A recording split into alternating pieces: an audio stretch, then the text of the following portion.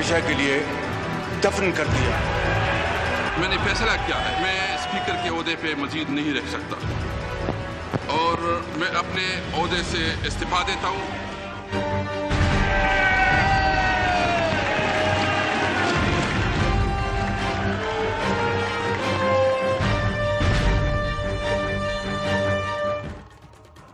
पाकिस्तान में इमरान खान की सरकार वहां की संसद में नंबर गेम में बाजी गंवा बैठी और पिछले कई दिनों से चल रहा सियासी ड्रामा खत्म हो गया। मगर जिस तरीके से खत्म हुआ है, विपक्ष के साथ महज 2 सांसदों के बहुमत से जो खत्म हुआ है, जिस हाई वोल्टेज ड्रामे के बीच खत्म हुआ है और बार बार हिंदुस्तान और नरेंद्र मोदी के जिक्र से जो खत्म हुआ है, उस खत्म होने में कई तरह की शुरुआत के बीज पड़े हुए हैं। आज़ादी के बाद से अब तक पाकिस्तान में हुकूमतें बदली, तख्ता पलट हुए, लोकतंत्र की हत्याएं हुई, मगर इस बार जो हुआ ऐसा पहले कभी नहीं हुआ। पाकिस्तान के समाज, सेना और सियासत के साफ साफ 2 फाड़ कभी नहीं हुई। लोकतंत्र की सभी संस्थाएं जिंदा रहीं, अपने दायरे में अपना फर्ज निभाती रहीं, मगर एक प्रधानमंत्री उन संस्थाओं को यूं बेदखल करता और सारे विपक्ष को यूं ठेंगा दिखाता कभी नजर नहीं आया। हां, आखिरी गेंद तक खेलने का दावा करने वाले वो प्रधानमंत्री उस गेंद को देर तक हवा में उछाले रहे, सस्पेंस और रोमांच बनाए रखा। उस एक ही गेंद पर एक बार नहीं बल्कि कई बार आउट होने से पहले तक। नमस्कार, मैं राणा यशवंत इंडिया न्यूज पर आपका स्वागत करता हूं और आप देख रहे हैं अर्ध सत्य। सुबह 10 बजे से लेकर अगली सुबह 3 बजे तक पाकिस्तान की ये कहानी इतिहास में अलग अलग तरीके से याद की जाएगी। इस लड़ाई में एक वर्ल्ड चैंपियन कप्तान बतौर प्रधानमंत्री संसद से बेआबरू विदा किया गया और इस पूरे दरमियान भारत और भारत के लोकतंत्र के कसीदे पढ़े जाते रहे, हवाले दिए जाते रहे, भारत जैसा देश बनने की कस्में दी जाती रहीं, मुल्क और कौम की बेहतरी के लिए भारत की तरफ देखने की नसीहतें पाकिस्तान के इतिहास में आपको पहले कभी नजर नहीं आएंगी।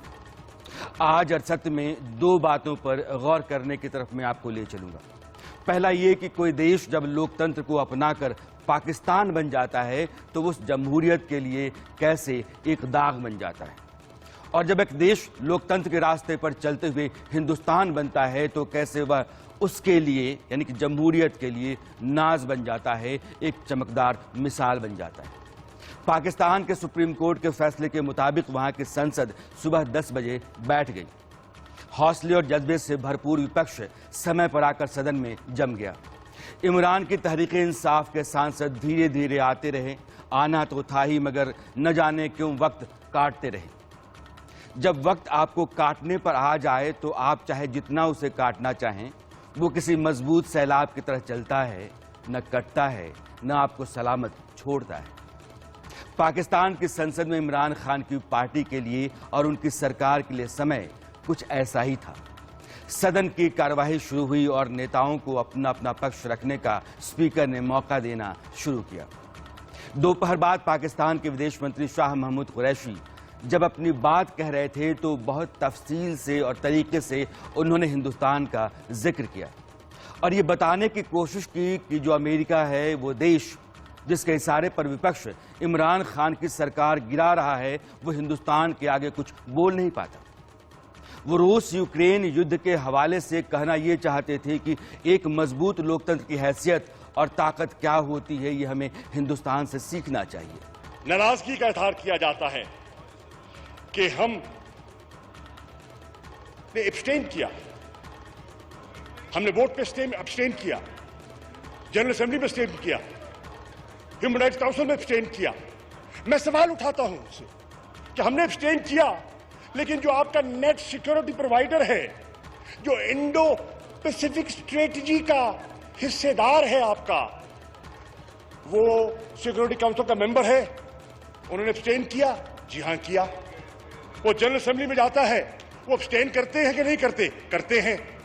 वो ह्यूमन राइट्स काउंसिल में जाता है, एब्सटेन करते हैं? जी हां करते हैं। IAEA में जाता है, एब्सटेन करते हैं? जी हां करते हैं। तो सवाल ये है, हिंदुस्तान को आप एक और नजर से देखना चाहते हैं, और पाकिस्तान को एक और नजर से देखना चाहते हैं। माजरा क्या है? माजरा क्या है? ये उगदा तो हल कर दीजिए कौम के लिए। जवाब पता क्या मिलता है जनाब चेयरमैन? जवाब आता है, और मैं अर्ज कर दूं कि we look at India through the lens of China. China containment का जो एक तस्वुर है वो गालिब आ रहा है और वो हमारे सामने है। पाकिस्तान के विदेश मंत्री समूचे देश को ये बता रहे थे कि रूस के पक्ष में हिंदुस्तान संयुक्त राष्ट्र की सभी बैठकों से अपने आप को दूर रखे हुए है और ऐसा करना अमेरिका की मर्जी के खिलाफ है। बावजूद इसके अमेरिका हिंदुस्तान का कुछ बिगाड़ नहीं पा रहा है, क्योंकि चीन से निपटने के लिए कल किसी की जरूरत पड़ेगी तो वो हिंदुस्तान ही होगा। बात इतनी भर नहीं है, शाह महमूद कुरैशी ने यह भी कहा कि आज हिंदुस्तान की हैसियत इतनी बड़ी हो गई है कि संयुक्त राष्ट्र के मंच पर नरेंद्र मोदी को जगह देने के लिए इमरान खान को हाशिए पर धकेल दिया जाता है। Western democracies of the world are advocates and torchbearers of human rights. जनाब चेयरमैन, ईमानदारी से बताएं कि क्या मकबूजा कश्मीर में ह्यूमन राइट्स वायलेशंस नहीं हो रही? और अगर ह्यूमन राइट्स वायलेशंस होती हैं, हम ह्यूमन राइट्स काउंसिल में जाते हैं, क्या रवैया अपनाया जाता है? उस पर खामोशी क्यों अख्तियार की जाती है? समिट ऑफ डेमोक्रेसीज दावत देते हैं, पाकिस्तान के वजीर आजम इमरान खान को दावत दी जाती है। It's a virtual summit. मैं पूछता हूं कि बताइए उसके तरीकाकार क्या होगा? तरीकाकार क्या होगा? वो कहते हैं हां हमने वजीर आजम को दावत दी है।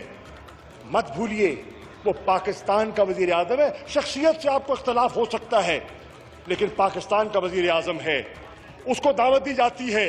कहते हैं he can participate through a 3-minute recorded statement, और उसके बाद जो डायलॉग होगा जिसमें नरेंद्र मोदी तो शामिल हो सकता है, उसमें इमरान खान शामिल नहीं होगा। तो मैंने कहा और दुरुस्त कहा इमरान खान साहब को कि हमें फिर इस समिट में जाने की जरूरत नहीं है और हमें किसी कैंप पॉलिटिक्स का हिस्सा बनने की जरूरत नहीं है। शाह महमूद कुरैशी कहना ये चाह रहे थे कि जब कोई देश हिंदुस्तान की तरह मजबूत हो जाता है तो अमेरिका जैसा सुपर पावर भी उसका बाल बांका नहीं कर सकता। और उसका कारण सिर्फ यह है कि हिंदुस्तान की जो फॉरेन पॉलिसी है वो किसी देश से नहीं बंधी है, बल्कि उसमें सिर्फ और सिर्फ अपनी जनता के हितों का ख्याल होता है। दरअसल वो ये बताना चाह रहे थे कि एक रोज पहले पाकिस्तान के प्रधानमंत्री इमरान खान जिस लिहाज से हिंदुस्तान की तारीफ कर रहे थे और उसकी मिसाल दे रहे थे, उसके कारण बहुत ही मजबूत और वाजिब है। आप 1 मिनट के लिए ये सुन लीजिए कि इमरान खान ने कहा क्या था। मुझे अफसोस और तकलीफ भी होती है कहते हुए, हमारे साथ ही हिंदुस्तान आज़ाद हुआ था। मैं हिंदुस्तान भी बाकियों से बहुत बेहतर जानता हूँ। मेरी दोस्तियां भी थी, क्रिकेट की वजह से बड़ा मुझे रिस्पेक्ट भी मिला, प्यार मिला।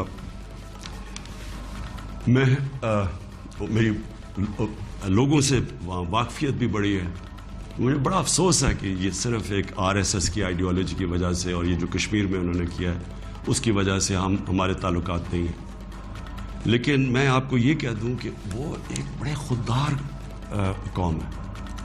कभी किसी की जुर्रत नहीं है कि वहां इस तरह की बात करें। किसी सुपर पावर की जुर्रत नहीं है कि वहां ये भी तस्वर कर दें कि जनाब वो यही कह दें कि जनाब अपने फॉरेन रिलेशन में वो कहें जो हम कह रहे हैं।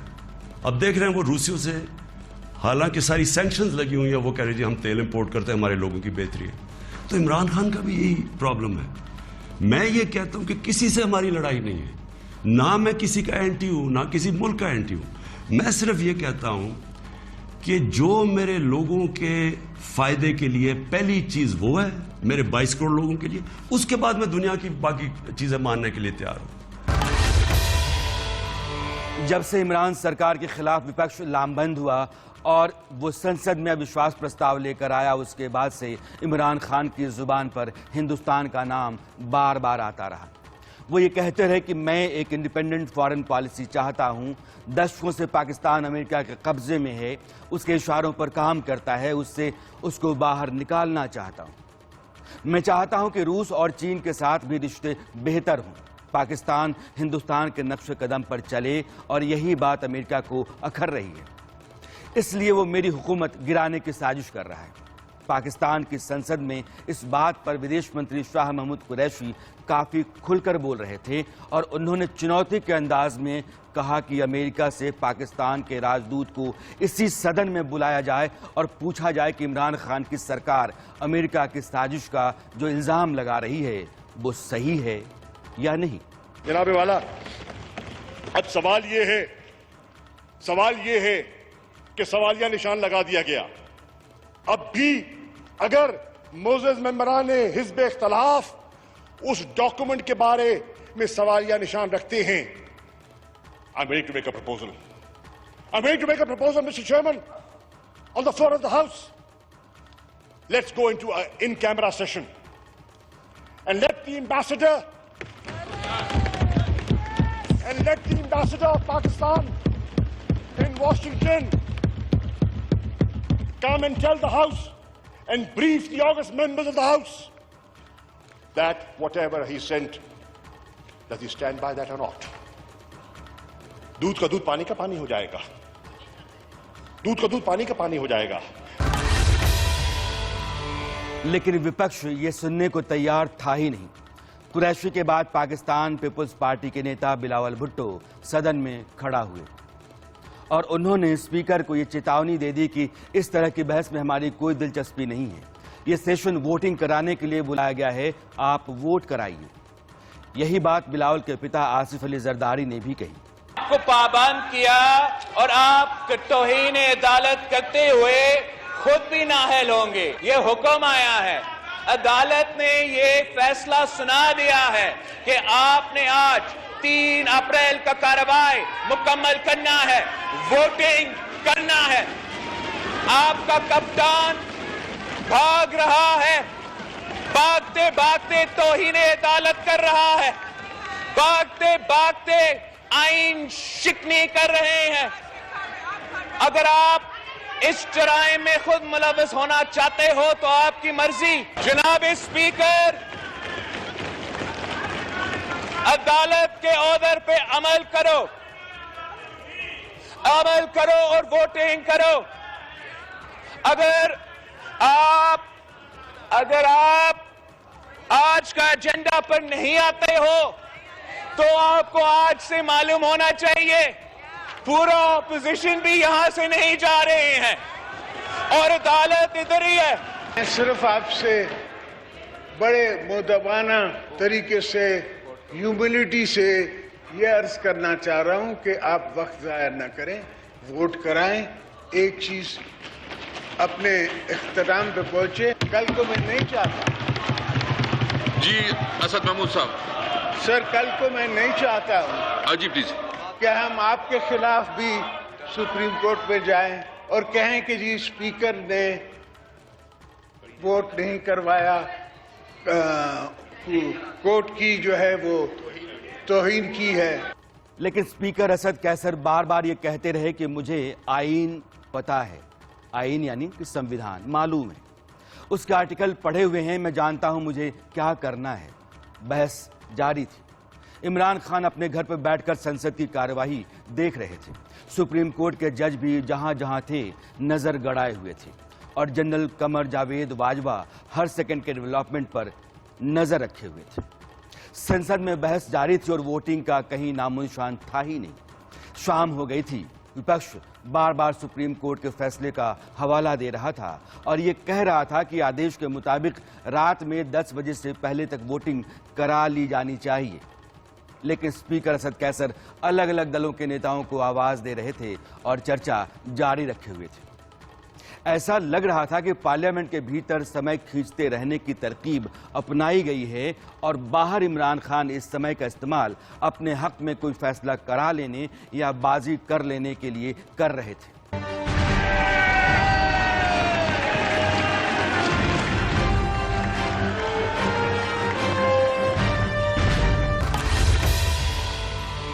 इसी दौरान पाकिस्तान में सेना के 2 ब्रिगेडियर की बातचीत का ऑडियो वायरल होने लगा। इस बातचीत का लब्बो-लुबाब ये था कि जनरल बाजवा बेईमान और लालची आदमी है। इमरान से टकराव के चलते वो जरदारी और शरीफ खानदानों से मिल गए हैं। आप इस बातचीत को सुनिए। जिस बेशर्मी के साथ जनरल बाजवा ने इस फौज की इज्जत कराई है, कभी भी भूलेगी नहीं। एक दिन हम सब फौजी भूल जाते हैं कि हमने रिटायर होना है और फिर हमने एक दूसरे को फेस करना होता है।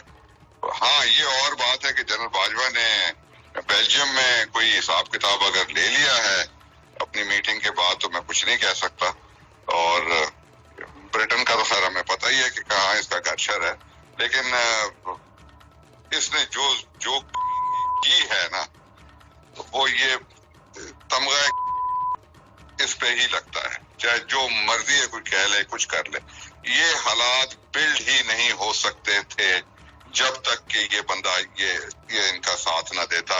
इन दुश्मनाने मुल्क का मतलब जुल्म है जो कुछ नवाज शरीफ वगैरह ने और जरदारी ने पाकिस्तान के साथ किया है। और अगर फिर भी पाकिस्तान आर्मी के लोग और स्पेशली सरबराह पाकिस्तान आर्मी का ऐसे लोगों का साथ देता है तो डूब मरने का मकाम है। और अभी भी हम चुप करके बैठे हुए हैं, ठीक है बादशाह, कोई बात नहीं, एक और प्लॉट दिलवा लेगा या किसी के प्लॉट होगा या कोई किसी को कहीं फौजी फाउंडेशन में नौकरियों के चक्कर पड़ गए होंगे, कोई किसी के ठेके के चक्कर पड़ गए होंगे, यही सारी बातें होती हैं। चुप करके बैठे रहते हैं, सारी जिंदगी बैठे रहोगे, बाद में रोने से कोई फर्क नहीं पड़ता। इसी दौरान पाकिस्तान के एक पूर्व लेफ्टिनेंट जनरल हारून असलम का ऑडियो भी सोशल मीडिया पर वायरल हो रहा था और इसमें इस बात का अंदेशा था कि आने वाली हुकूमत पाकिस्तान को कहीं का नहीं छोड़ेगी और एक दिन सारा मुल्क भारत के घुटनों पर आ जाएगा। आगे चल के डिफॉल्ट की सिचुएशन में अपने आप को शो करेंगे या चले जाएंगे, क्योंकि ये लूट मार है, ये इसी इकोनॉमी को बिल्ड नहीं कर सकेंगे। ये चाइना और रशिया की रीजनल सपोर्ट खो देंगे और फिर ये इकोनॉमिक अनस्टेबिलिटी और डिफॉल्ट में चले जाएंगे। फिर ये कहेंगे कि जी अब हमें वर्ल्ड बैंक, IMF और इंटरनेशनल कम्युनिटी से हमें ऑफर है कि हम अगर न्यूक्लियर एसेट्स अपने तल्फ कर दें पीसफुली तो हमें जो है इंटरनेशनल सिक्योरिटी गारंटीज दी जाएंगी और हमें जो है क्या कहते हैं, हमारे सारे लोन्स माफ कर दिए जाएंगे और फिर आप न्यूक्लियर एसेट्स अपने डिफेंड करेंगे। इंटरनेशनल जो मॉनिटरिंग एजेंसीज हैं वो आएंगी और आपके ही अपने इंटरनल सपोर्ट के साथ ये न्यूक्लियर एसेट्स को रिमूव कर देंगे, जैसे यूक्रेन में हुआ। जब आप डिफेंड कर दिए जाएंगे न्यूक्लियर पॉइंट ऑफ व्यू से, और उस वक्त आपकी आर्मी जो है वो पूरी रिस्पेक्ट अपने लोगों में ऑलरेडी खो चुकी होगी, जो अनफॉर्चुनेटली अब खोती जा रही है। वीक हो चुके होंगे, इंडिया के आगे हम जलील हो चुके होंगे और हम में हिम्मत नहीं होगी कि हम इंडिया की तरफ सर उठा के भी देख सकें या इज्जत से बात कर सकें। उस स्टेट ऑफ माइंड में, उस डिफीटेड स्टेट ऑफ माइंड जब फॉर्म पे क्रिएट कर दिया जाएगा, फिर आपका क्या ख्याल है कि बलूचिस्तान और गवादर को कंटिन्यू करने दिया जाएगा? आर्मी के पूर्व अधिकारियों के इस तरह के ऑडियो बेमानी नहीं थे, बल्कि फौज में जनरल बाजवा को लेकर एक नाराजगी है। यह बात कल जाहिर भी हो गई। पाकिस्तान के सूत्रों के हवाले से यह कहा गया कि जनरल बाजवा ने शाम में आर्मी के ऑफिसर्स के साथ एक बैठक की जिसमें उन्होंने कहा कि हमने इमरान खान को छोड़ दिया है। इसके बाद जनरल बाजवा आर्मी ऑफिसर्स के सवालों के घेरे में आ गए और उनसे पूछा जाने लगा कि इमरान खान को छोड़ने का कारण क्या है और जरदारी नवाज शरीफ खानदान की सरकार अगर आ जाएगी तो मुल्क का क्या भला कर पाएगी। माहौल में इतनी तल्खी भर गई कि जनरल बाजवा उस बैठक से निकल गए, मगर इस बैठक ने जनरल बाजवा के पैरों में जंजीर तो जरूर डाल दी। उनको यह लग गया कि समूची फौज उनके पास नहीं है और अगर किसी कारण से वो हुकूमत अपने हाथों में लेने की सोचें तो हालात ज्यादा बिगड़ सकते हैं। इफ्तार के बाद संसद फिर शुरू हुई। घड़ी की सुई रात 10 बजे की तरफ बढ़ रही थी, मगर स्पीकर असद कैसर वोटिंग कराने के मूड में दिख नहीं रहे थे। पाकिस्तानी मीडिया में इस नाजुक वक्त पर भारत के प्रधानमंत्री अटल बिहारी वाजपेयी का वो वीडियो चलाया जा रहा था जो 1996 का था। 13 दिनों की सरकार के बाद अटल बिहारी वाजपेयी बहुमत नहीं जुटा सके थे और भारत की संसद में वो अपनी बात रख रहे थे। अटल बिहारी वाजपेयी की वो गरिमा, लोकतांत्रिक मर्यादा का हवाला पाकिस्तान के मीडिया में दिया जा रहा था। हमारा जनाधार नहीं है, हमें लोगों का व्यापक समर्थन प्राप्त नहीं है, अगर आप हमें छोड़कर सत्ता बनाना चाहते हैं और आप समझते हैं कि वो सरकार टिकाऊ होगी, मुझे तो उसके टिकने के लक्षण नहीं दिखाई देते। वो पहले तो उसका जन्म लेना कठिन है, जन्म लेने के बाद जीवित रहना कठिन है, और ये सरकार अंतर विरोधों में घिरी हुई देश का कितना लाभ कर सकेगी, ये एक प्रश्नवाचक चिन्ह है। हर बात के लिए आपको कांग्रेस के पास दौड़ना पड़ेगा,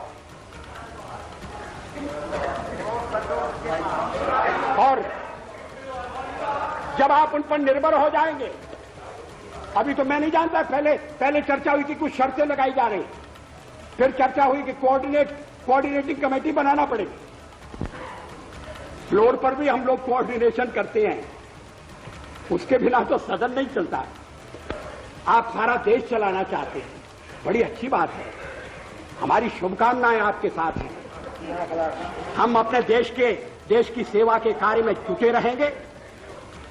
हम संख्या बल के सामने सर झुकाते हैं और आपको विश्वास दिलाते हैं कि जो कार्य हमने अपने हाथ में लिया है, वो जब तक राष्ट्रीय उद्देश्य पूरा नहीं कर लेंगे, तब तक विश्राम से नहीं बैठेंगे, तब तक आराम से नहीं बैठेंगे। अध्यक्ष महोदय, मैं अपना त्याग पत्र राष्ट्रपति महोदय को देने जा रहा हूं।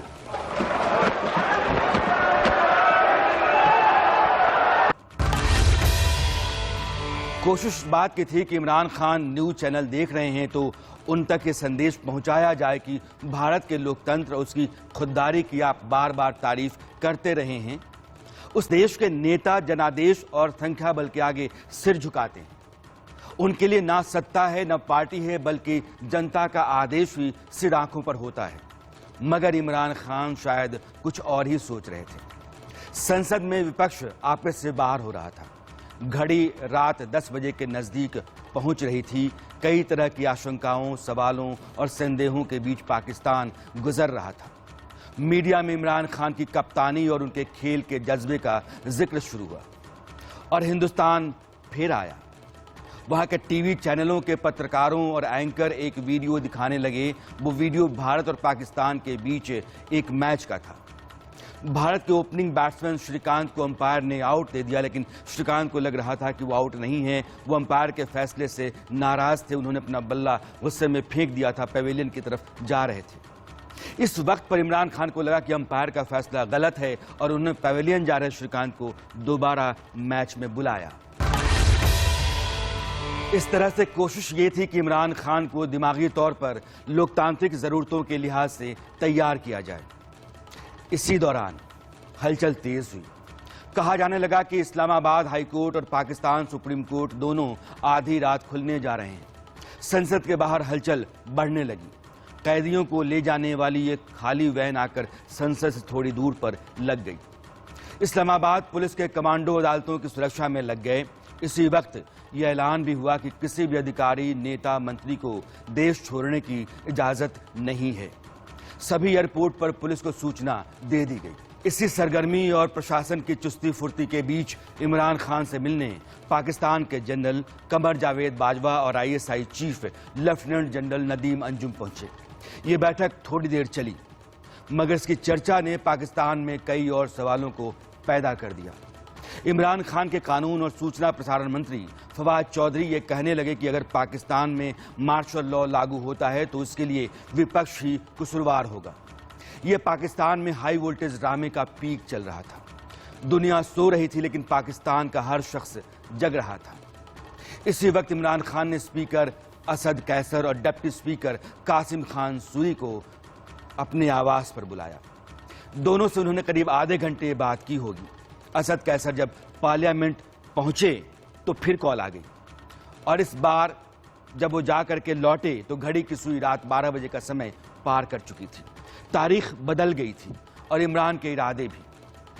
वो जिस बात पर अड़े हुए थे, जिसको लेकर समूचा पाकिस्तान उबला हुआ था, इमरान उस मसले पर अब बदल चुके थे। सदन में स्पीकर असद कैसर पहुंचे तो ये जाहिर कर दिया कि वोटिंग होगी, मगर इसके साथ उन्होंने जो कुछ जोड़ा वो हैरान करने वाला था।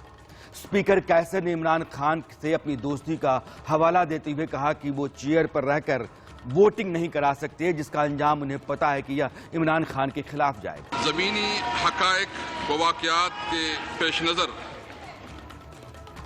चुनांची मैंने ये फैसला किया है कि इस नई दस्तावेजात जो मेरे पास है, मेरे पास ये लेटर पहुंच गया है, कैबिनेट ने भेजा है। मैं अपोजिशन लीडर से भी रिक्वेस्ट करूंगा, मेरे रिकॉर्ड में ये पड़े रहेगा सेक्रेटरीट में, अगर वो खुद इसको देखना चाहें तो वो देख सकते हैं।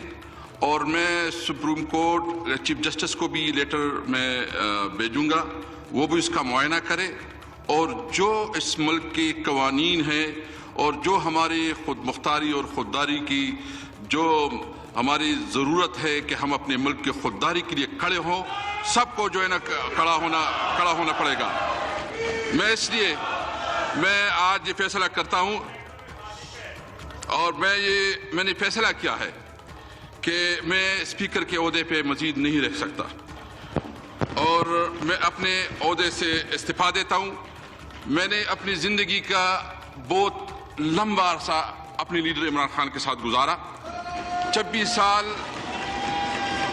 साल से मैं उसके साथ रहा। मैं स्टूडेंट लाइफ से, जब मैं स्टूडेंट था उस वक्त मैंने तहरीक इंसाफ ज्वाइन की और उस वक्त जब मैं शौकत खानम कैंपेन चली थी मैं उस वक्त उसके साथ था।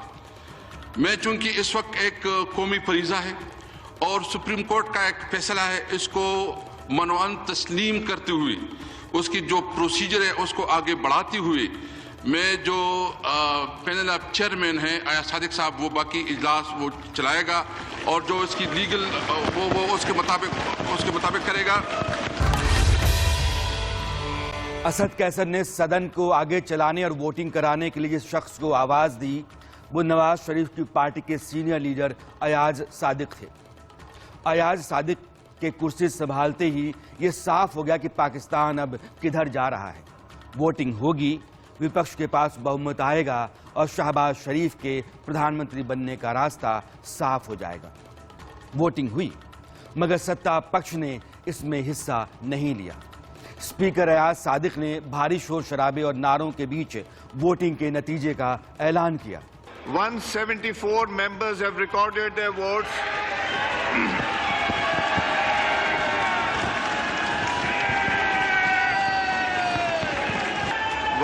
तशरीफ रखें। 174 members have recorded their votes in favor of the resolution. Consequently, the resolution for vote of no confidence against Mr. Imran Khan, the Prime Minister of Islamic Republic of Pakistan, has been passed by a majority of the total membership of the National Assembly. Imran Khan हारे, मगर जानते हैं बहुमत से कितना फासला था विपक्ष के पास? सिर्फ 2 सीट का। जी हां, सिर्फ 2 सीट। जो विपक्ष ये दावा कर रहा था कि उसके पास 190 से 200 सांसदों का समर्थन है, उसके पास महज 174 सांसदों का समर्थन था और बहुमत का आंकड़ा 172 का होता है। यानी खेल बहुत हद तक इमरान ने मैनेज तो कर लिया था। वो संसद में जो समय खींचा जा रहा था, शायद इसीलिए कि उनकी पार्टी से टूटकर गए सांसदों या फिर अलग हुए सहयोगी दलों में से 8-10 भी लौट आए तो सरकार बनी रह सकती है, बची रह सकती है। विपक्ष को इस बात का अंदाजा था। खेल देखिए कैसे चल रहा पाकिस्तान में। लिहाजा विपक्ष ने सदन में जल्दी वोटिंग का दबाव भी उसी लिहाज से बनाए हुए था।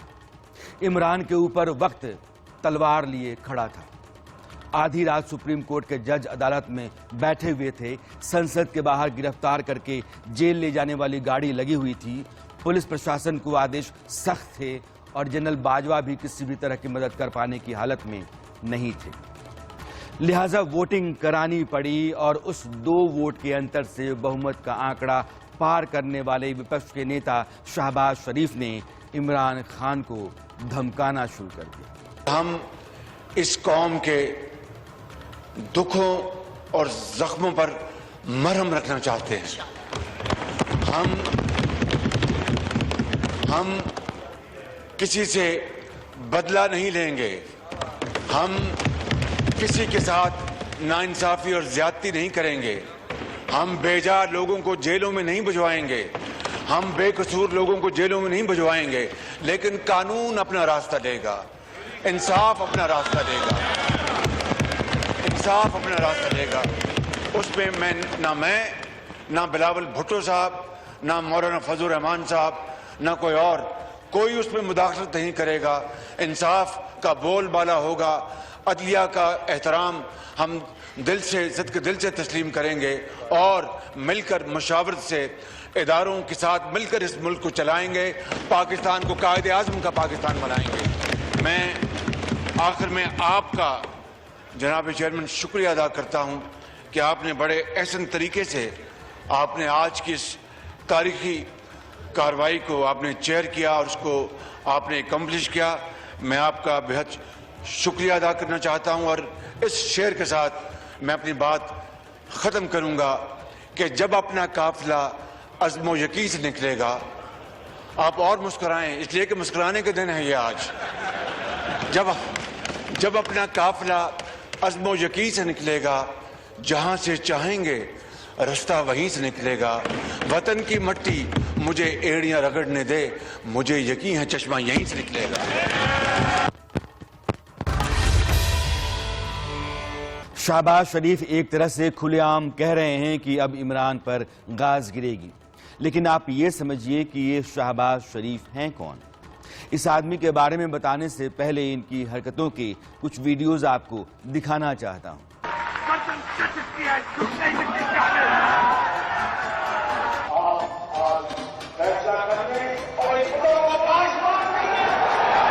मैं इंशाअल्लाह वादा करता हूं कि जल्द आपसे मिलूंगा और फिर वो बातें बताऊंगा जिससे पाकिस्तान अजीम बनेगा, अजीम बनेगा।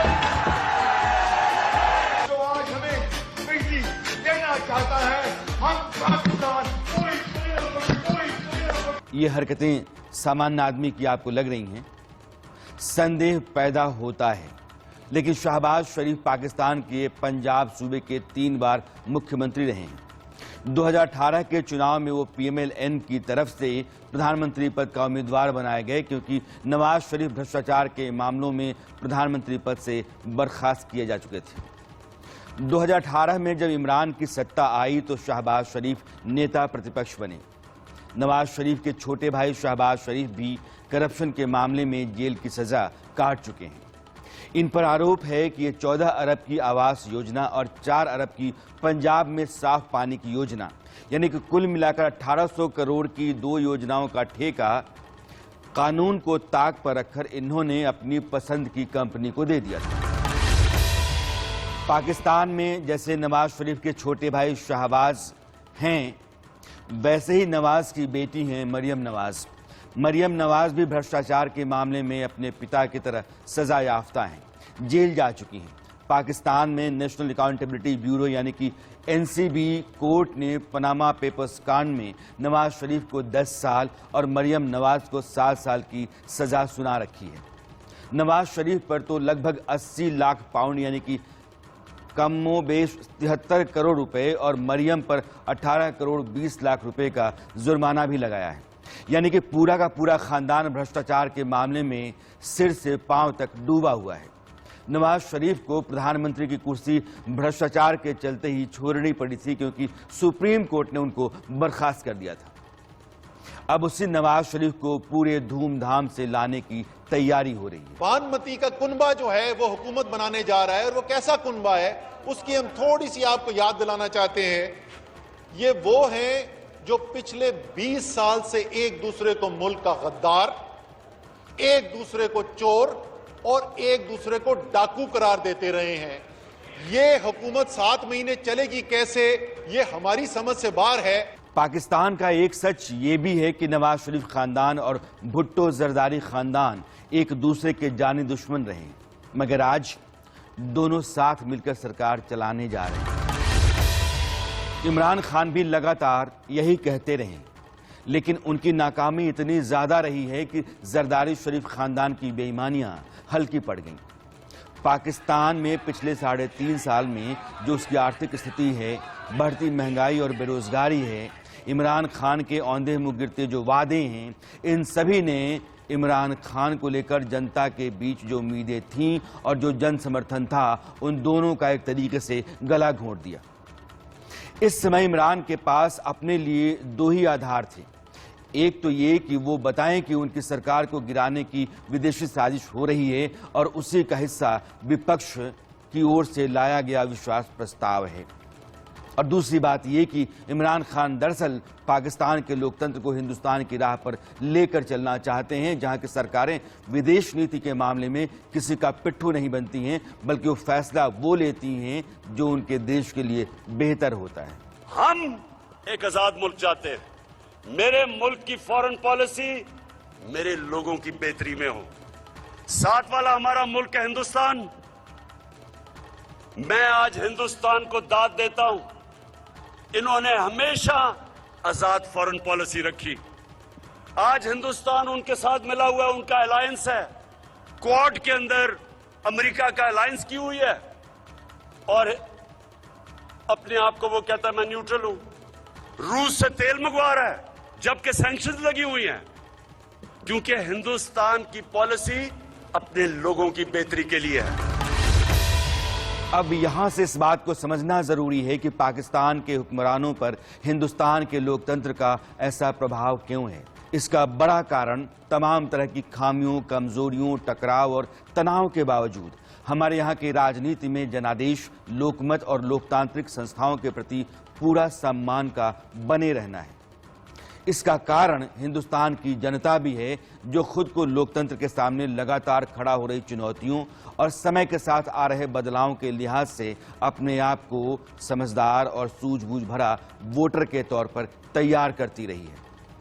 नरेंद्र मोदी के आने के बाद से राजनीति करने का जो तौर तरीका रहा है, वो काफी सक्रिय और लोगों के बीच आ गया है।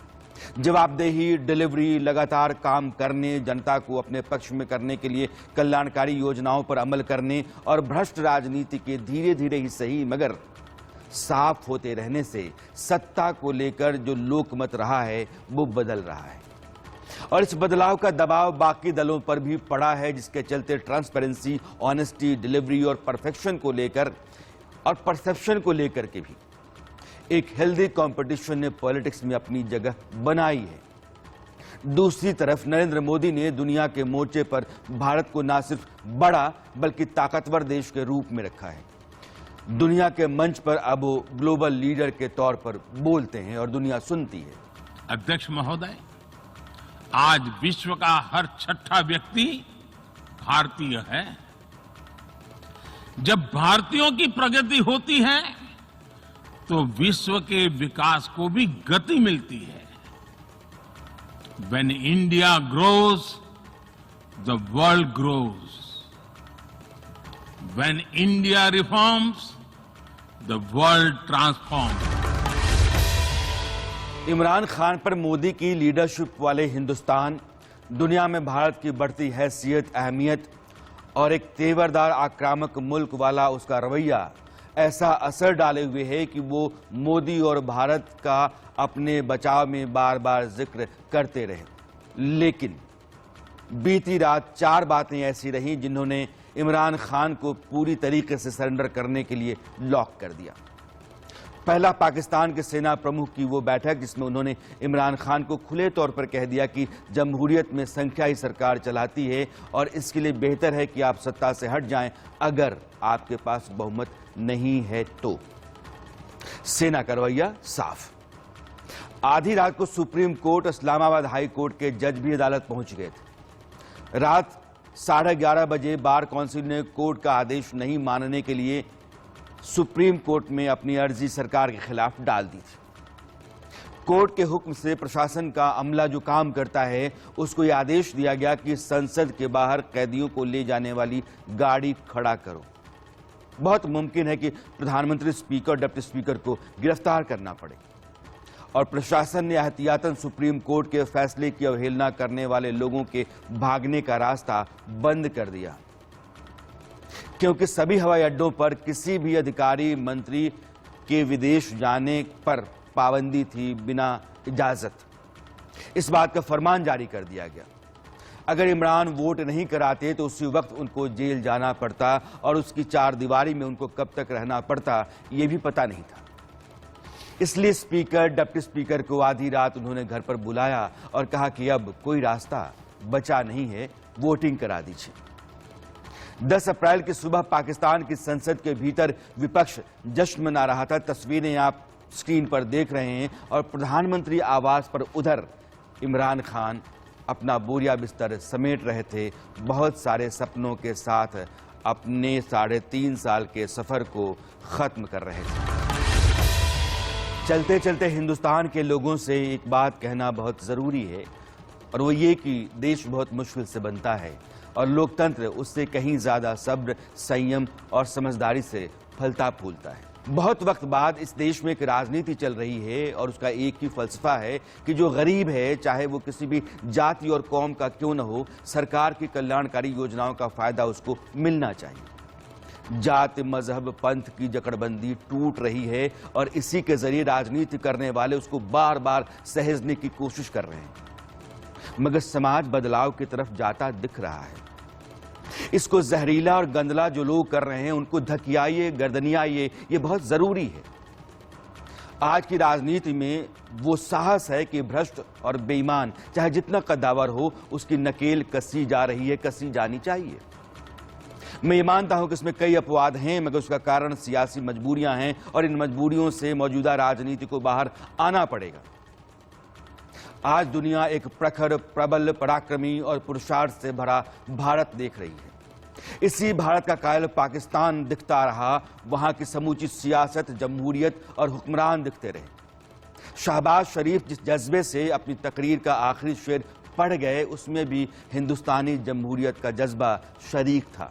जब अपना काफिला अज़्म यकीन से निकलेगा, आप और मुस्कुराएं, इसलिए कि मुस्कुराने का दिन है ये आज। जब अपना काफिला अज़्म यकीन से निकलेगा, जहां से चाहेंगे रास्ता वहीं से निकलेगा।